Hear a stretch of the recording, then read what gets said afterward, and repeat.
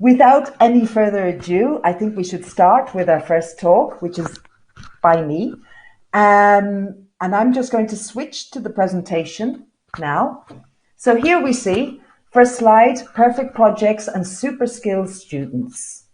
That's the title of the talk. This talk is aimed at ESO and Bachelor.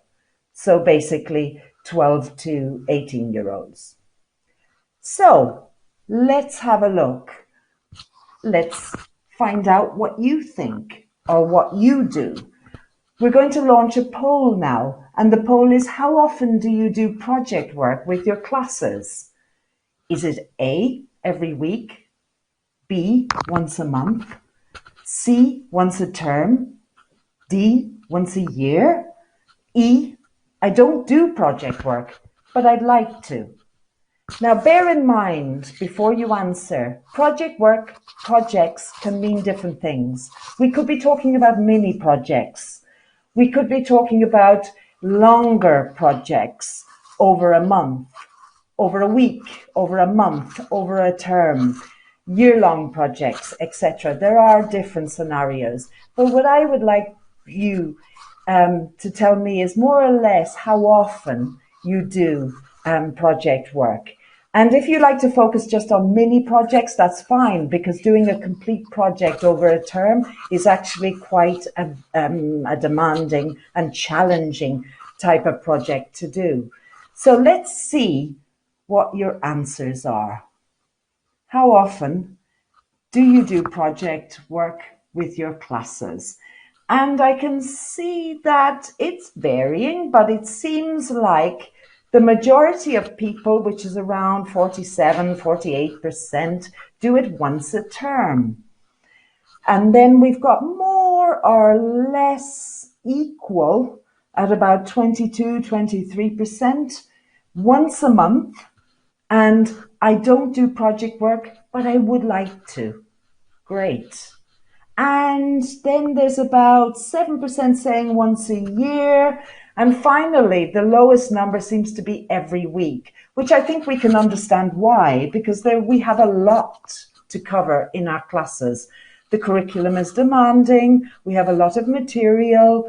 We have only a certain number of hours to teach, etc. So I don't think that these answers are particularly unusual. I think we would expect these answers. Okay, that's great. Thank you very much.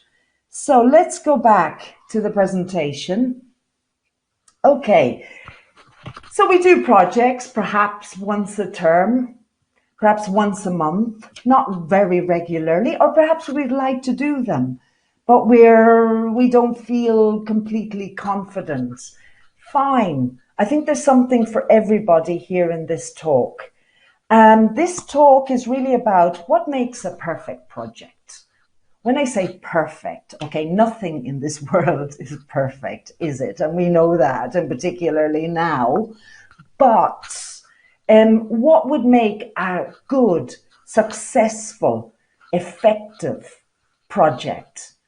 And what skills do students need to carry one out? So what are the ingredients of a successful project? And what skills, linguistic and non-linguistic, do students need in order to be able to produce that perfect or successful or effective project? Okay, so let's go deeper into our talk and answer these questions. So I've got another interaction for you. A have your say. What makes a perfect project? So in your opinion, I think it's really important to start from the viewer's point of view, just as we do in our classes from the student's point of view. So what do they think about it? Because that's a really good starting point to guide us towards where we want to go. It will help us in our journey. So my question to you is, what makes a perfect project? And we'll go into the ideas and let's see what makes a perfect project. And answers are coming in and fast and furious, so bear with me. Okay, somebody says it involves different skills. involves decision making, making an impact on the community, absolutely. It needs to be well planned. It should include all the skills. It should be motivating. The topic should be close to the students, so it should be appropriate, or it should be in some way relevant, challenging. It's integrated into learning. It's collaborative. It's something fresh and provides inspiration. It should be based on a real life situation. Bear with me because I've got loads of answers. This is fantastic, and I want to thank you all. Monica says, a perfect project is a project with a really interesting topic for teenagers. For example, tattoos, ear piercings or belly piercings. Very interesting. Yes, absolutely. Another person says it deals with the 4 skills. It is done in groups. Somebody else mentioned about collaboration. It's challenging. Let's see. If they can work. Yes, the teacher's organization. Okay, so the teacher needs to be organized. The teacher needs to have clear planning as well, because if we want our students to be organized in their planning, in their preparation, in their execution, we need to provide a model as well, absolutely. And it should be connected to students' everyday lives. Clear final product and objectives. So fantastic.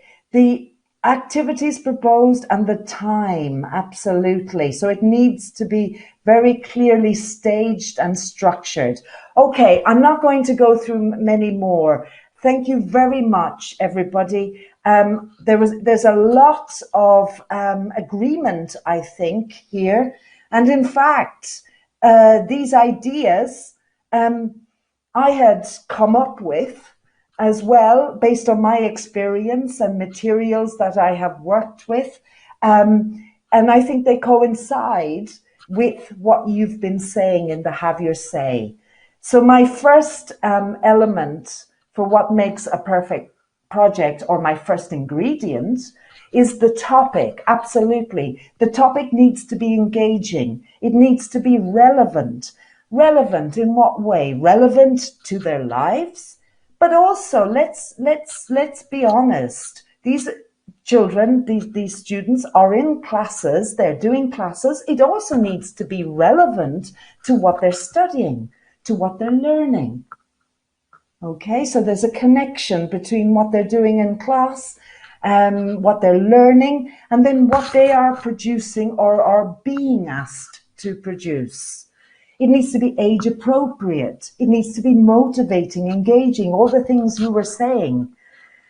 The task needs to be clear. Somebody mentioned a clear final outcome, a final product.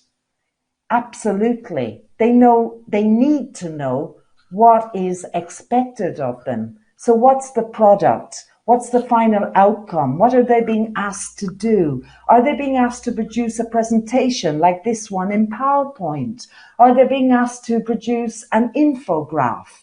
Are they being asked to produce a video, a presentation in video format, etc.? Okay, so that needs to be clearly signaled. The structure needs to be clear. The structure needs to be clear both for the teachers and the students. Somebody again mentioned in the Have Your Say that teachers need to have clear planning, need to have clear structure, because we provide a model for our students as well. So what we do in the class and how we put it together needs to be carefully structured. The content. Now, the content is really, really important, isn't it? What do I mean by content? I mean the input.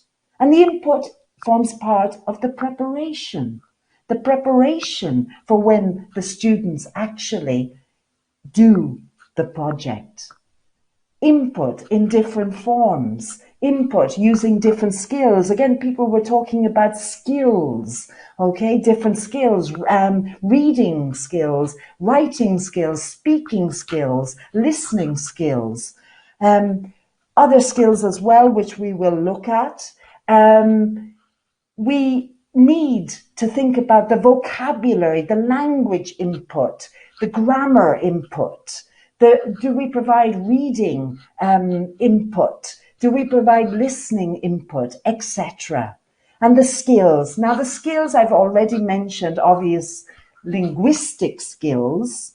So listening, reading, writing, speaking. But there are other skills which are non-linguistic, and we will look at those as well.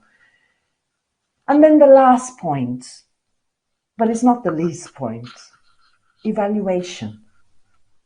Evaluation. I'm not necessarily here talking about a test.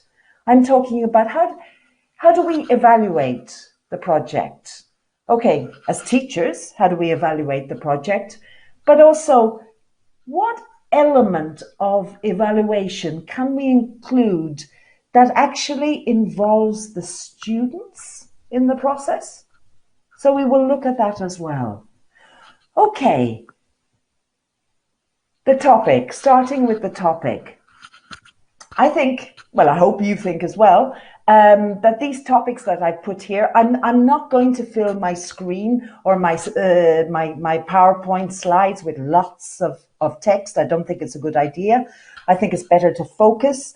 And I've chosen three subjects which I think would be relevant for ESO, for example, and would fulfill the criteria that we were talking about before, about being relevant, engaging, motivating, age appropriate to the students. So we've got sports, we've got heroes, we've got school life, and these appear in many courses, don't they? These are topics which frequently occur. Okay, now I've done something here. What have I done here? What have I done? I've changed the order, haven't I? I put heroes at the top, I put sports in the middle, and I put school life underneath. Now, are you thinking, oh, there's a hierarchy here or something? Well, in a way there is. Heroes, why have I put heroes? Well, think about it. Heroes, that is a topic which is in many, many contexts. We have films about heroes, comics that students read about heroes, Captain Marvel, Spider-Man, Superman, all of these heroes that we grow up with, and they accompany us through our lives. But we also have a situation in real life where we have heroes. We have many situations where heroes appear. In times of disaster and catastrophes, in times of crisis like the one now, heroes. I'm sure all of you are thinking of the heroes you know or have seen on TV, the doctors and the nurses and the policemen and the people who transport essential goods and food to our supermarkets, the people who clean, in the auxiliary staff, in the hospitals, all of these essential jobs. Well, these are heroes as well, aren't they? And then the second topic, sports. Okay, it's quite diffuse. I think we'll need to define it a bit more. And we do, actually. Which are the most popular sports among teenagers? And school life. Okay, school life. Boring. Okay, fine. We all have our ups and downs during school life. But a question like, what is an ideal school? That might be an interesting starting point. Why have I put these questions with the topics? Well, I think a topic is great. Yes, a topic is clearly absolutely essential, but there needs to be something to drive that topic. a question, something to motivate and engage and fire the imagination, fire the whet the appetite, fire the curiosity. Okay, so beside those questions, I've got in abbreviated form something which says WDYT. Now, you might be asking yourself, what is that? Well, it is a question. I think you can see that. But I'm going to give you a clue. This isn't a have your say. It's not a poll. Don't worry. You don't need to write anything. But I'm going to give you a clue in the form of, have you heard of KWLs? You know those charts where you have different categories? Normally 3. The basic chart is 3 categories. We have K, W, and L. K refers to what I know about the topic. W refers to what I want to know about the topic. And L refers to what I have learned about the topic. It's a way of structuring our learning. And it could be a way of structuring a project as well, or any kind of learning. There might be a fourth column or category, which would be an S. What would I still like to know so that the learning continues? It doesn't stop at the L, it continues. So what do you think the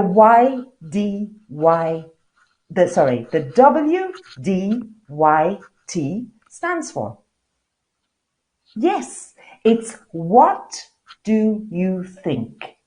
And that is a key question. And these are the what do you think questions. What makes a hero? Which are the most important which are the most popular sports among teenagers?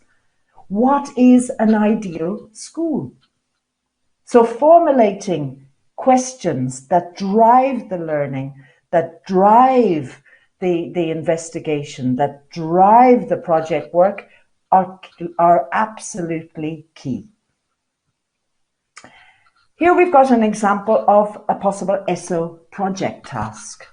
Let's say in early ESSO 1 and 2. Make a digital presentation about a hero from the past. Okay, what can we see here? What features stand out? Let's think. Is there a topic, a clear topic? Well, yes, a hero from the past. Okay, what makes a hero, and now a hero from the past? Is there a clear outcome? Yes, there's a presentation. The students have to create a presentation and deliver a presentation, hopefully. So it's not just create the digital presentation, forget about it, but hopefully they would also deliver in some way and comment on it. And the format, the means, the media that we use, is that clear? Yes, a digital presentation. So is the task scaffolded? Yes, it is.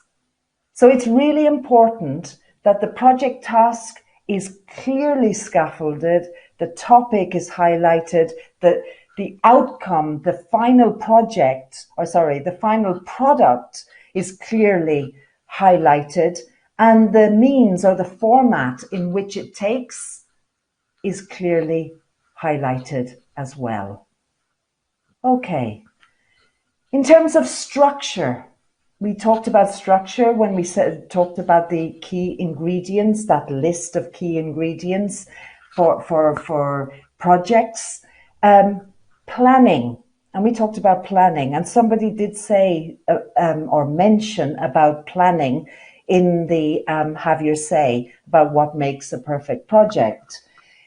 Planning is key, and planning before students even consider the project itself, that what we do in the classroom, what surrounds the project. So the project with the what do you think question in the middle, what makes a hero, surrounded by all the relevant input that will be necessary in the form of lessons to be able to answer that question, what makes a hero, and to prepare them to carry out their project, their digital project, their digital presentation on a hero from the past.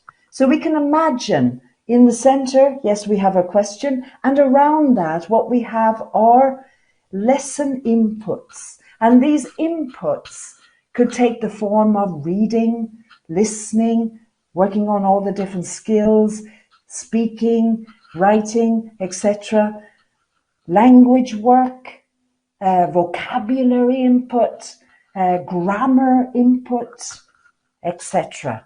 And we're going to see examples of that in a little while. Okay, and here we start. Content, input, and preparation. I don't think we can in any way underestimate the absolute essential nature of content and input and preparation for project work. I think the key is in the process. The resulting project, the final product, the digital presentation is just the outcome, it's just the result. But what we do in our classes, in our lessons, before we get to the project is absolutely fundamental and will determine whether or not the student's project is a successful one. So here we have an example, okay? And these are, you probably can see, I can see superheroes. We're still on the topic of heroes, superheroes. And I mentioned before, well, we can see Superman, and we can see Batman and Captain Marvel. Okay, so we perhaps hear supermen or superwomen and their jobs. These supermen and superwomen, Clark Kent, Superman. Superman is also Clark Kent in his everyday life. And in his everyday life, what does he do? What's his job? He works as a journalist. Captain Marvel, Carol Danvers, in her everyday life, what does she do? What does she do? Does anyone know? Yes, she flies. We can see here, she flies planes. And if we look at the next one, I don't know if you know Shuri in real life.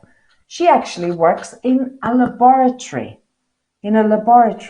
and she invents things in a laboratory. And then we have also Spider-Man. Spider-Man, in his everyday life, he takes photographs. Peter Parker is his name. So we can see, we can make a connection between the superhero and the everyday, people's jobs. All of these people do jobs. What kind of activities could we do here in vocabulary input? Well, we could do classifying activities. Activities where, for example, students need to think about jobs that are done indoors, outdoors, jobs that are done with uniforms, without uniforms, for example. So activities that generate the kind of vocabulary that we will need and will help with the topic and will ultimately help with doing the project. Okay, so those are categorizing activities. We might also do an activity which involves defining, using dictionary skills, defining, matching jobs to actual definitions. We might also work on job suffixes. So we know that there are jobs which end in OR, in ANT, in IST, actor, artist, accountant, IC, mechanic, IAN, technician, different jobs like that, which, although they're helping towards the project, they're actually broadening at the same time the students' general vocabulary and lexis, which is key. Okay, here on this slide as well, you may see two photographs. There are two people there. They're young people, Amina and Easton. I don't know if you recognize them, if you've ever come across them before. Their names are out there. They do exist. They are real people, and they're also heroes. And they're heroes which are more or less, at the time of their big story, are the same age as the students in our classes. Amina Abu Karesh, she was born in Syria. And she was 8 when she left Syria in 2012. The previous year, 2011, the war broke out in Syria and her family had to leave. So they left in 2012 and they went to Egypt. And they went to Egypt for 4 years. They stayed in Egypt for 4 years. And then in 2016, in the summer of 2016, she and her family moved to England as refugees. And in 2017, this young girl, at the age of 13, won a prize in a very, very well-known poetry competition in the UK. And it was a competition, or it is a competition, for 10 to 13-year-olds. And it's the John Betjeman Poetry Competition. And this is a competition that is organized for, the idea is to promote literacy, creativity, and also foster, well, to give a voice to unknowns, basically, to give a platform for unknown poets, etc., and other people of this age group. So, do you think your students would think that she is a hero or a heroine? What about Easton? Easton LaChapelle, or La Chapelle, he's currently, I think he's 24 years of age at the moment, but when he was, I think, about 13, he actually won an important prize for his idea to produce a robot arm. This was at a fair, okay? And can you imagine, this young person at that tender age came up with this brilliant idea. And he actually started entering competitions when he was younger than that. I think when he was even 8, he started. And he entered different competitions. And he actually, years later, at another fair, met this young girl, an 8-year-old called Momo. And Momo had lost her right arm, part of her right arm, or right hand, rather. And Easton took up the challenge in order to design a robotic hand for Momo. Is he a hero?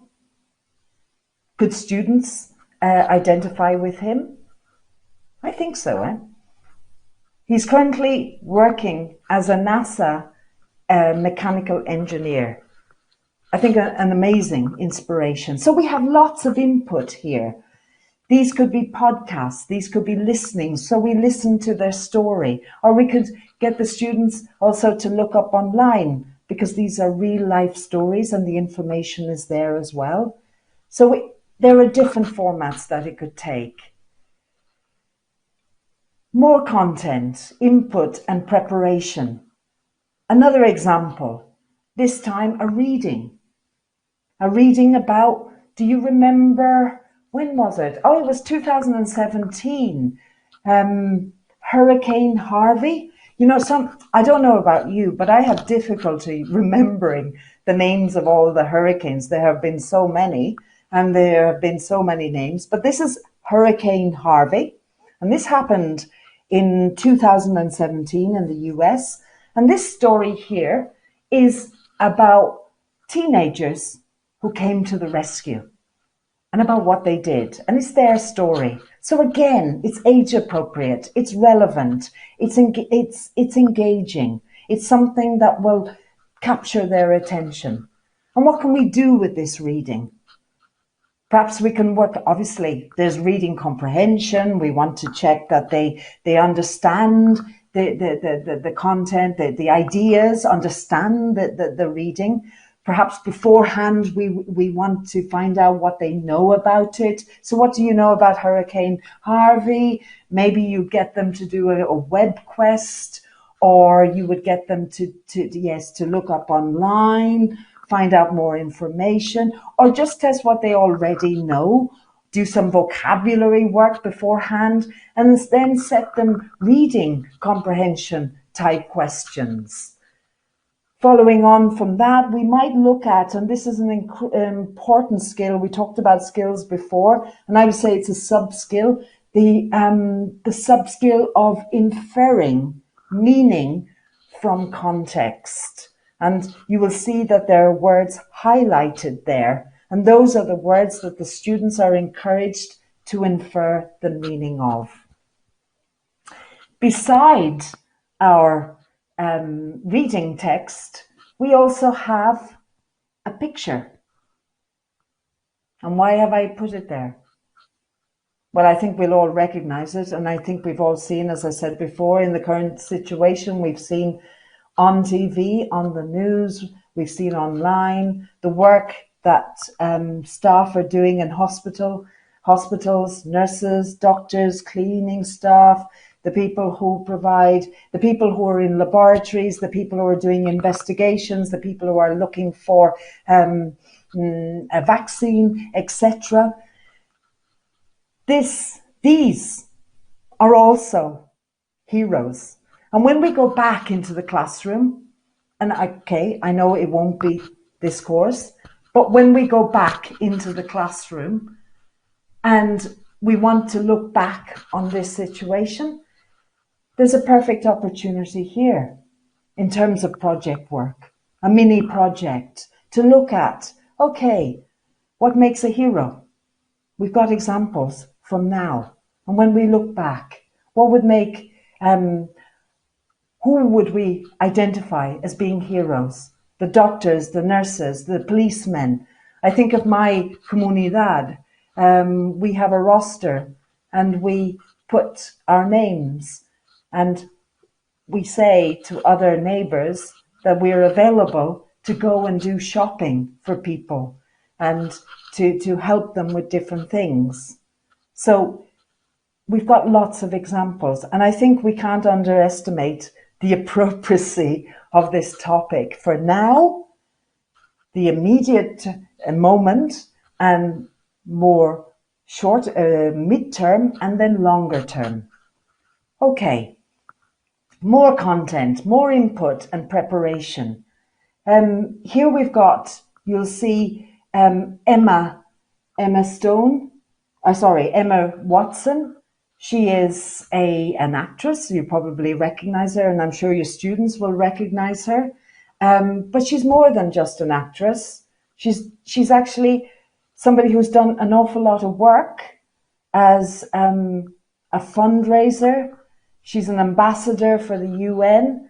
And here we've got a short text, which is a perfect context in which to focus on language, the use of the past tense, the use of regular and irregular verbs, but in a context that is related to the topic, that relates that students can relate to in terms of of the information and the subject matter and the person in question. And beside that, we have on the left-hand side, we have another text. A pilot rescues hikers on a mountain. And again, this is a real life story. And in this text, again, which is a story within which we work on the language, which is the use of the past tense, in this case, transforming the past simple negative into the positive. So it's a kind of transformative exercise, which is good for the general language skills. But what's important is that it's clearly anchored in a context and one that the students can relate to. Okay, here's an example, a possible example of a Bachelorette project task. Make an infograph of the most popular sports among teenagers in an English-speaking country. Is that a topic that would appeal to students? Most popular sports? I think so. Make an infograph. So the product, the final product is absolutely clear. And the scaffolding is there. There is clear scaffolding and they know exactly what is expected of them. And that's absolutely essential if we want our students to produce successful projects. So we would have a series of lessons perhaps around this as well, with that input that we were looking at earlier in terms of vocabulary, language, grammar structures, the reading text, the listening, the different inputs that are worked on in a very integrated way and will ultimately help to build towards our project. Okay, that's a lot and time is running out, but I do want to ask you a question. I think it's a key question. We've talked about linguistic skills, we've talked about input, we've talked about, what are key ingredients of a project, but I think there's a key question that sometimes we might not fully give enough time to, and that is non-linguistic skills. What non-linguistic skills are required to successfully carry out a group project? This is a have your say. I'll give you a couple of seconds. What do you think? Creativity. Great. I put an example on the PowerPoint for you, of course, which was collaboration. Artistic, absolutely. Previous knowledge, okay. Critical thinking, okay. Curiosity, I think we're all working on the same page. We're all on the same page. Fantastic. Okay, I'm going to go back to my PowerPoint. I've given you an example of collaboration skills, but you've come up with lots of other examples, the creativity, the critical thinking skills, and I've added a little bit, but I think we're on the same page. Collaboration, critical thinking, communication. I do think that that's key. Absolutely. How do we communicate? How do we communicate within our presentation and the actual PowerPoint, for example, or the video or etc. But also how do we deliver in front of the class if we're giving a presentation in front of the class? The creativity, absolutely. And there are key elements within that. Those are general, let's say, terms: collaboration, critical thinking, communication, creativity. But within that, we need to be more specific. So an example of collaboration might be being flexible to reach a common goal, working with others, but being flexible enough to be able to reach agreement. Listening to other people's opinions, not always jumping in, me, hey, not listening to others, but actually stopping and thinking, listening, and then formulating a response based on what you've heard. Critical thinking, assessing the reliability of sources, contrasting data from more than one source, communication, communicating clearly. In your presentation, do you communicate clearly? Is it full of text, or are there more images? Is it clearly laid out? When you give the presentation, are you clear? Are you structured? Do you use nonverbal skills? What about your body language? What about your eye contact? All of these. Creativity, using your imagination, drawing novel conclusions. Okay, we may be working with data that already exists, stories about heroes that already exist. We don't create it from nothing, but we can be imaginative and creative. The students can be imaginative and creative in the way that they present it. And they can also draw novel conclusions and draw other students' attention to points that perhaps they wouldn't normally think about. Okay, here's an example. I'm going to go quickly through this now, but I call these, okay, at first I was calling them skills. Now I'm calling them super skills because I think they're at a different level altogether. And I think they need to be called super skills as well, or highlighted in some way like that, because they're absolutely fundamental. You all have heard of Bloom's taxonomy. Okay, Bloom's taxonomy is all very well, but what does it actually mean in practice? And so I've tried to break it down here and sort of apply it, say, to that text, for example, that we saw earlier about Hurricane Harvey in 2017 and the teenagers who came to the rescue. So if we were thinking of understanding, in what ways? Sorry, the first one is incorrect. Actually, the first one is correct. Understanding. In what ways were the boys heroes? Find examples from the text. Applying. Do you think we can all be heroes in our daily lives? How can we do this? Think about at home, in your neighborhood.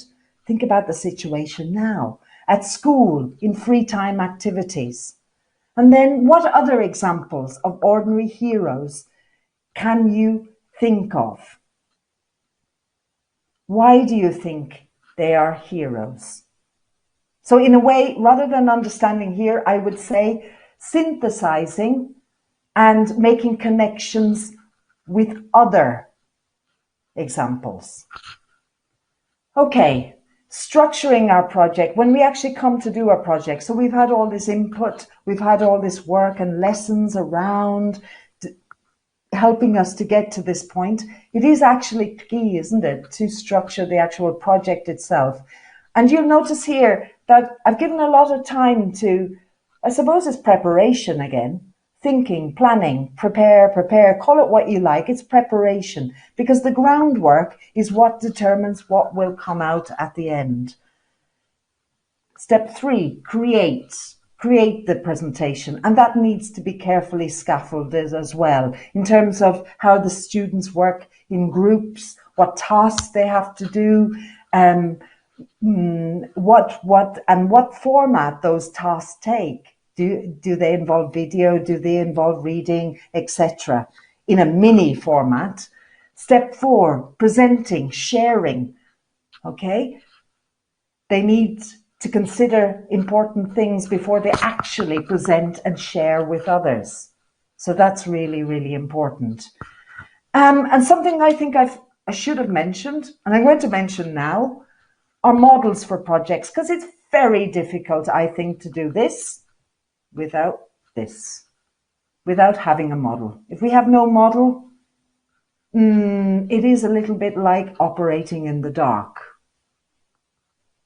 And we as teachers, for example, are key models for our students. So they take their cue from us, but they also need input in terms of the text that they read, the listenings that they do, the speaking that they do, have examples of people talking about this topic. They need that input as models to help them structure what they do in their project. And finally, what I wanted to do is just show you some project tasks with digital tools. This will be in the handout. But for example, when you're doing, when students are doing project tasks and using digital tools, great ones include Padlet.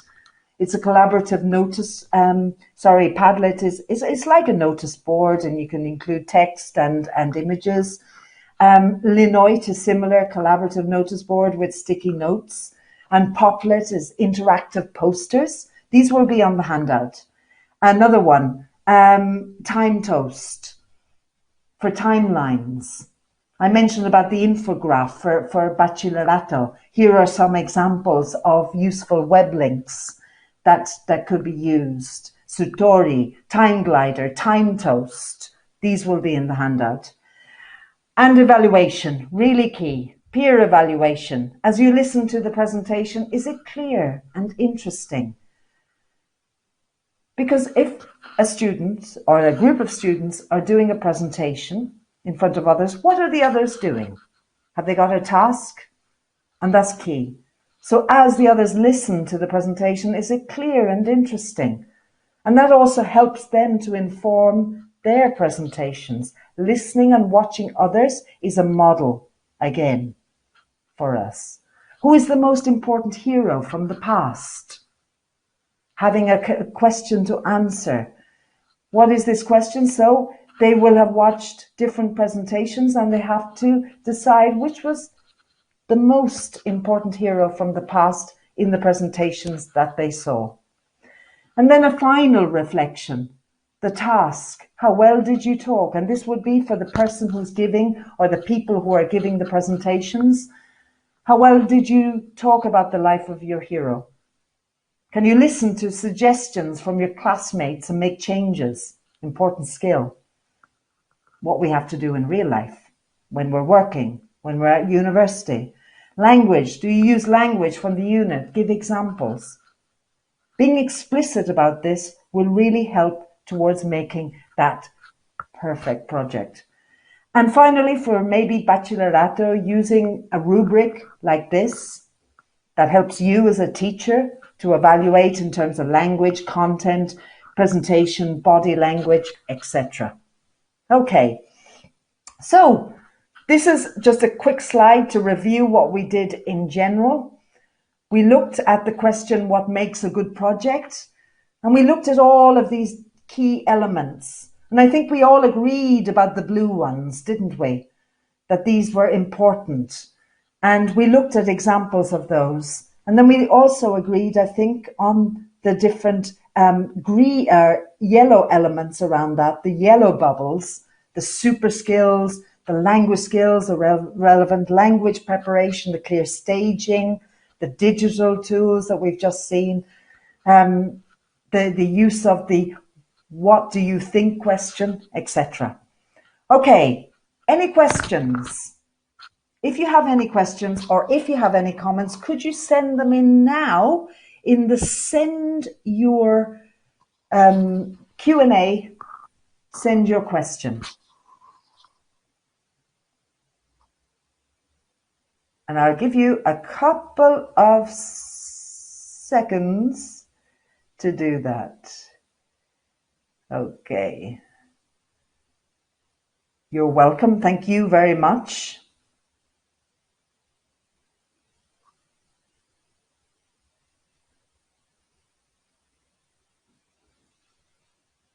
Does anybody have any questions? Thanks for the ideas. What happens when the students do not have enough command of the language? Well, then, of course, if we've done the work in our lessons, focusing on the vocabulary and the grammar, etc., then hopefully they will have enough language and sufficient linguistic skills in order to do the project, which is related to the topic of their previous lessons. However, what is enough? That's a big question. Do not have enough that they're not completely, able to give the presentation, or they have enough, but they could be better. the thing is, I think we have to there will be a lot of different abilities in our classes because they're big classes. There's a lot of mixed ability. But I think we can give them a lot of help through the lessons before we do the actual project. And also by grouping the students, stronger with weaker, thinking about the group formation, how students collaborate with each other, we can compensate for this question. How long should the project be? Well, the project could be, a whole lesson. It could be longer than that. It could be over a couple of lessons. It could be over a week. It depends. It depends on the hours that you do. It depends the hours that you have with your students. It depends on the resources that you have, and it depends on I think the type of project that you want and what you expect from the students in terms of the project. So it could have various different lengths. Okay, examples of projects which would prove successful. Well, there are many projects, but the ones I've put there, I feel, and I've seen in the past that these are projects that have worked very, very well. And I think in terms of project format, if we use a combination when we're back in the class, digital is wonderful, yes. Students are familiar with digital tools, but they're not always familiar with the best way to use them. And if we can combine them with traditional media, such as posters, etc., we're actually developing skills that will be useful for them when they go to university, when they go and work, when they're in the workplace. So we need to think longer term. Okay, thank you very much.